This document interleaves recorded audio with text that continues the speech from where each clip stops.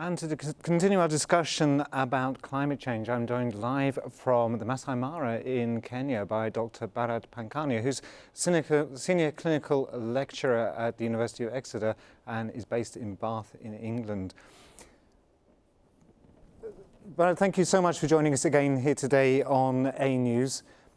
Last week you gave us an excellent explanation, which I encourage our viewers to find and watch, about the effects of climate change and how this doesn't just refer to how the world is warming and the extreme high temperatures we've seen, but also is giving us cold weather and wet weather like we've seen in England this summer and elsewhere, and also killing off the fish in the sea. And you were warning us about the potential threats of infectious diseases spreading to countries like Northern Europe. Now, all of these things are very important, but are people beginning to realise what's happening? Is this changing the language of how we discuss climate change?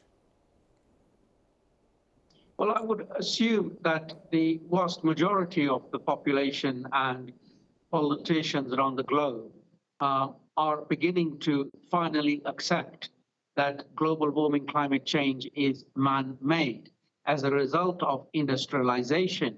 In the last 150 years or so, we have poured out a lot of the carbon dioxide that was locked up in fossil fuels. However, the key important problem is this, which is leaders of very important countries are reluctant to come forward and say, yes, we have a problem. I'm referring to former President Trump, President Bolsonaro in Brazil, and we've got Prime Minister Rishi Sunak in the United Kingdom, who is not very keen on environmental issues, and he does ceremonial, symbolic interventions rather than taking this action seriously. So, obviously, I want to talk about the politicians in just a moment, but is the general conversation changing? I noticed last week some new signs for the hard of hearing. The British Sign Language have just introduced some new, I don't know what, some new movements to help them to say words like greenhouse gas without having to spell it out by letter by letter. They've actually introduced some new symbols, if you like, into the signing language. Is this going to help us to persuade the politicians that they need to change how they're looking, because we're talking about it in a more direct and productive way? Well, it's really good news that people with hearing difficulties are also being assisted with new signs, new symbols for climate change subjects like global warming, carbon sequestration, climate change, global warming, carbon sequestration, and all greenhouse gases. However, Andy, here's some other important, interesting developments too. I think it was in Latin America where a group of deaf children were grouped together, and scientists found that they were developing their own sign language themselves. Right. So that's also an interesting domain, which is people with hearing difficulties left to themselves will also develop their own unique sign language.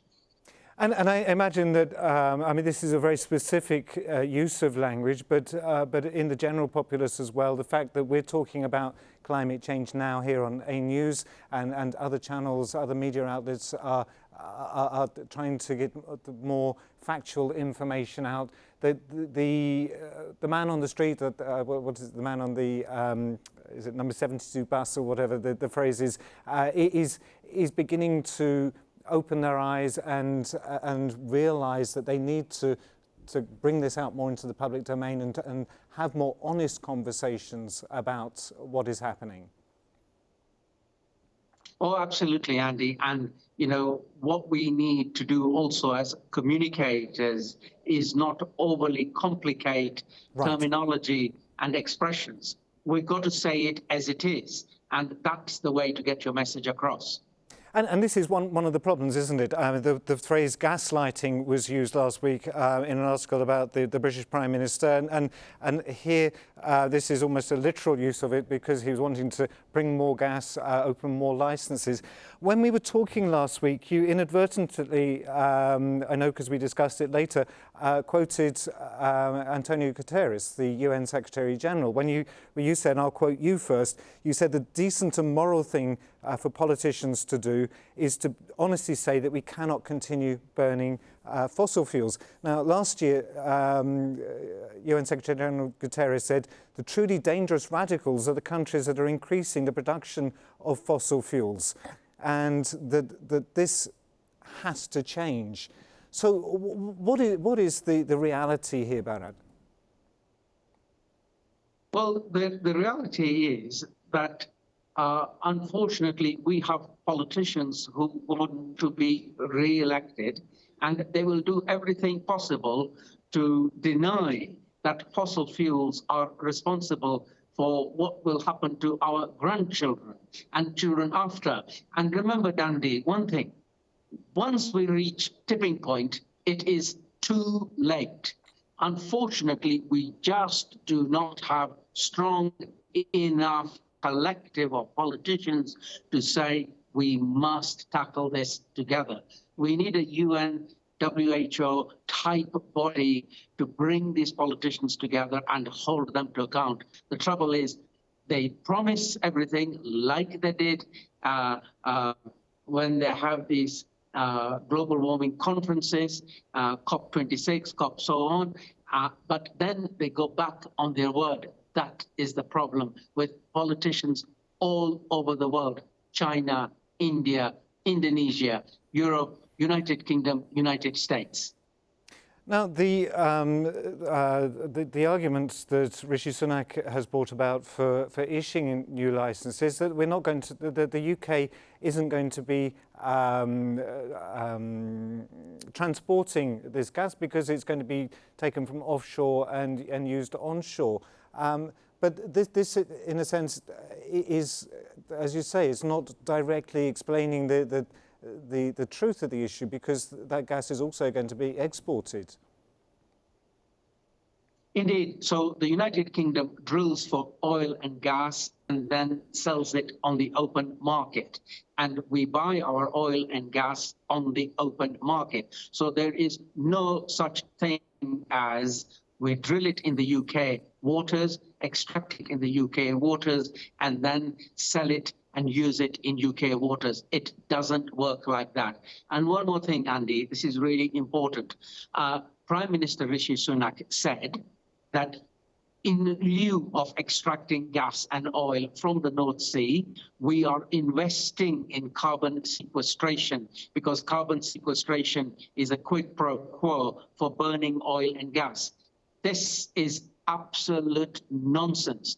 Carbon sequestration is experimental. It doesn't work. So it is absolute nonsense to say we're drilling for oil and gas, and therefore to make up for it, we're going to do carbon sequestration. The best carbon sequestration that we know of is to plant trees.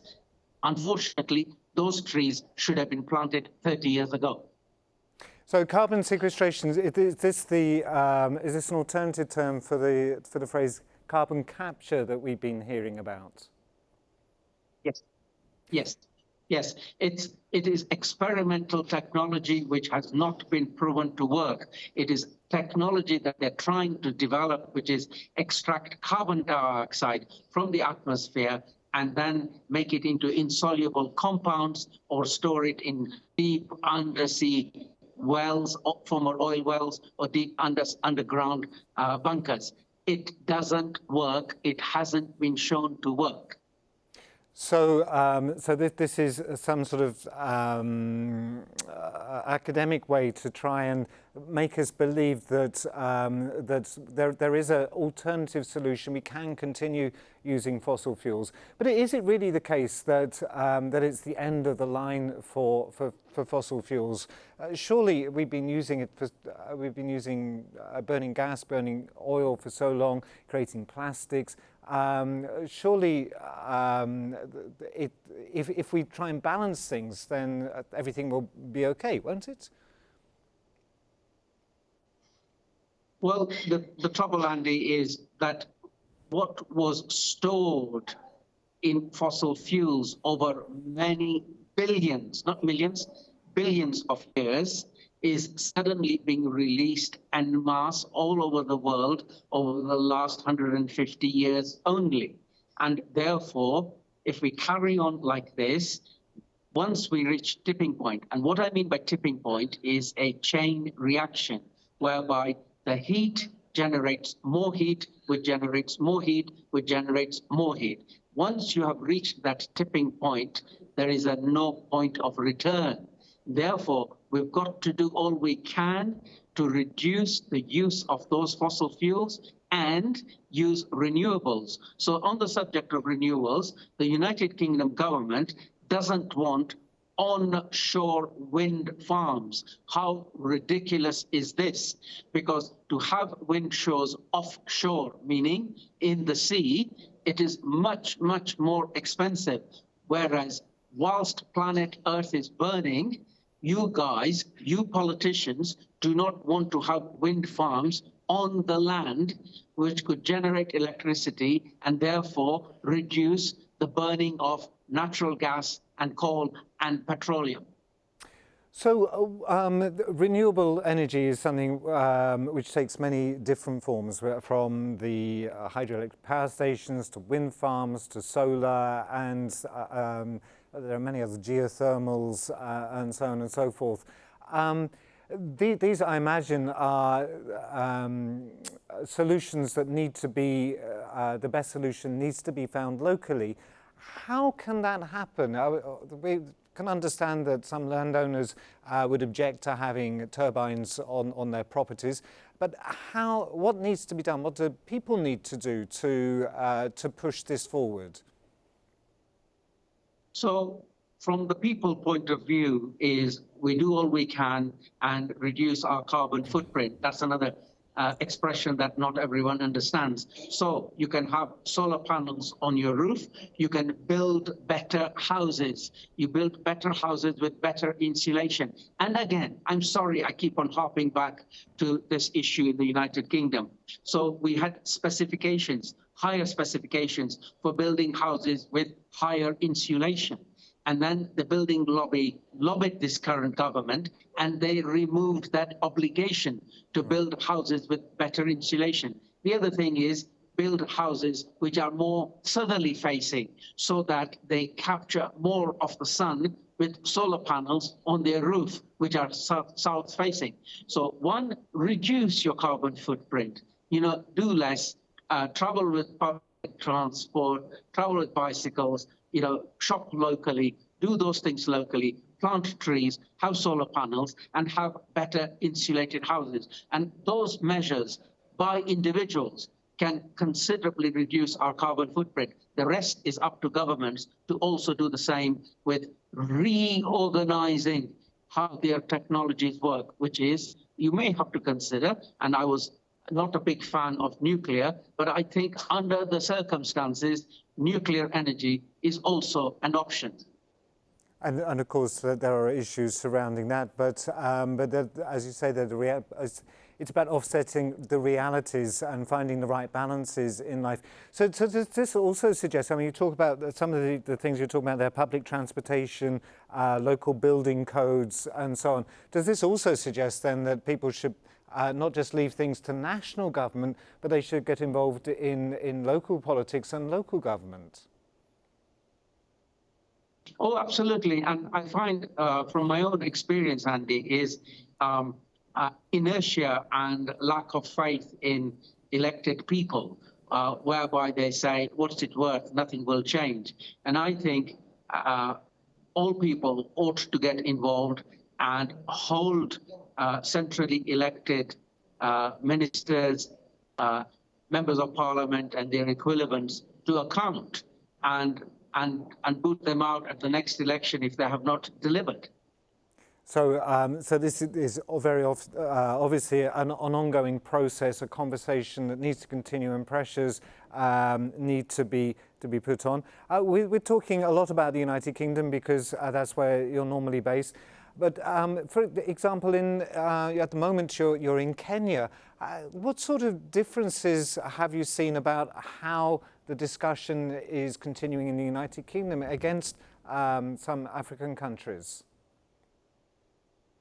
So I'm very pleased to say to you, Andy, that whilst I have been traveling around in Kenya, which is also my home, they are using all manner of technologies, solar, hydro, and geothermal. And I was traveling around the Rift Valley, and I saw many, in fact, only literally a few miles from where I'm sitting now, geothermal plants. So Kenya, which is not an affluent country, is doing its best with, for example, using all available technologies. And they're investing heavily, for example, where they can, in geothermal energy generation.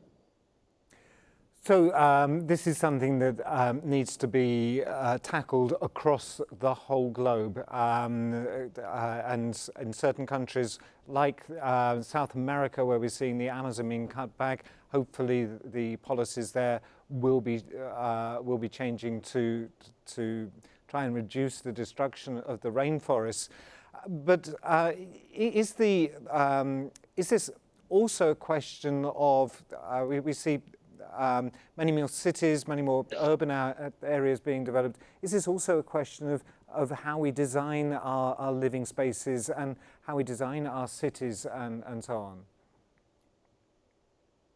Well, yes. So with respect to planning, we've got to do more cooling of cities. So you need like water fountains, but large water fountains, large bodies of water wherever you have houses, so that the water acts as a natural coolant.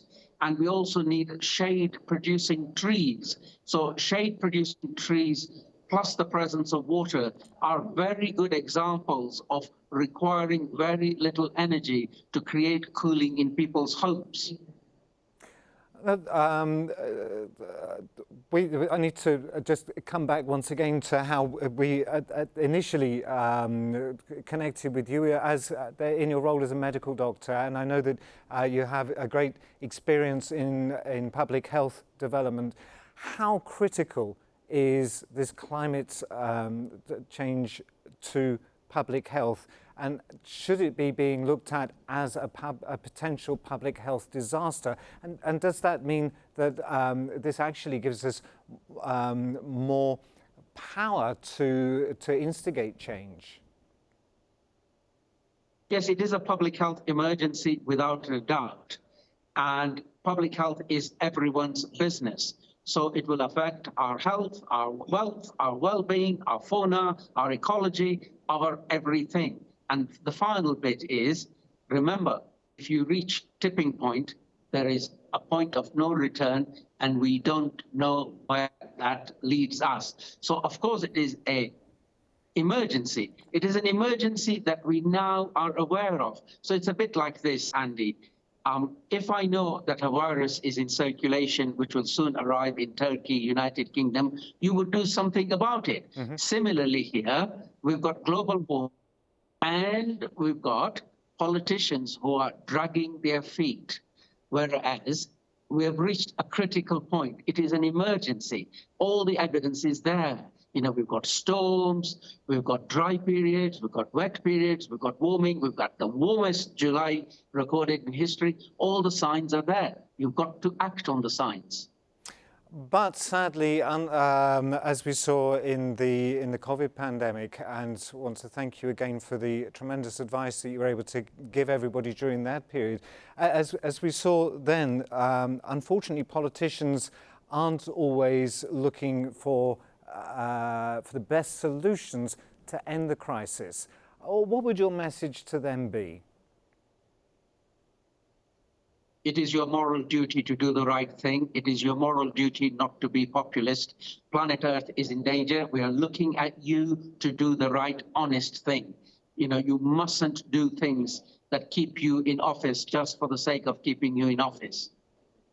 Because ultimately, just by staying in office, it is just going to, and not trying to instigate change, it is going to fail to bring an end, or not to bring an end. That's maybe too final. To bring an opportunity to move forward and continue life on Earth.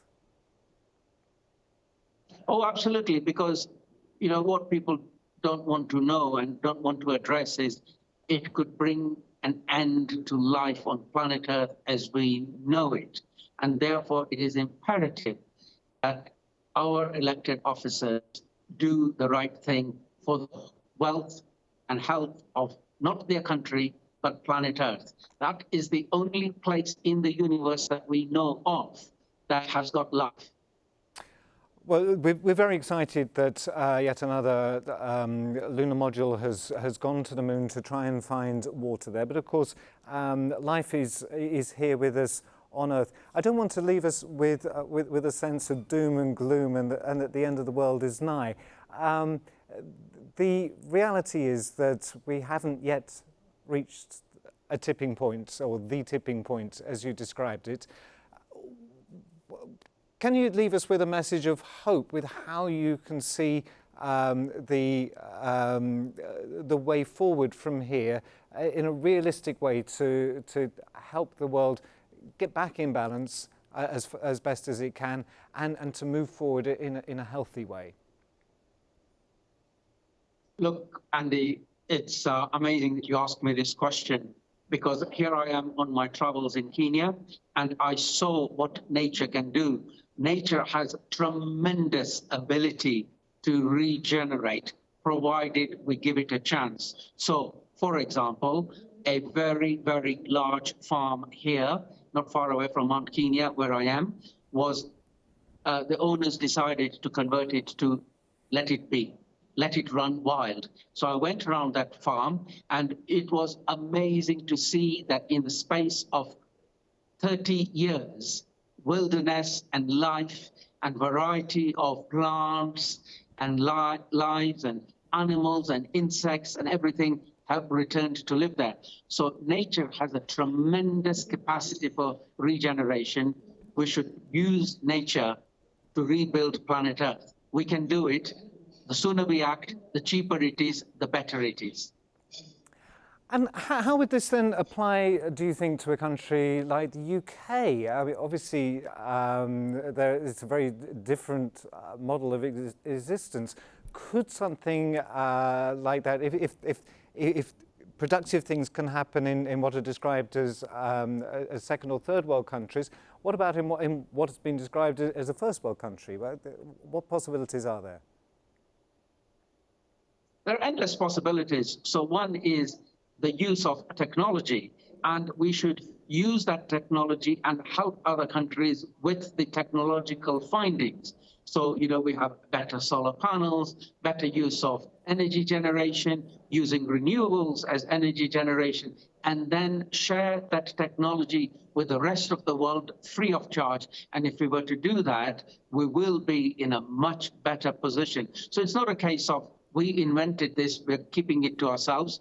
We invent it because we're rich. We are the ones who burnt a lot of fuel to become rich and powerful. So one of our gifts to other nations of the world would be, we are technologically advanced. We are going to give our technology to you to use to make the whole of planet Earth a better place, a stable place for generations more to live here.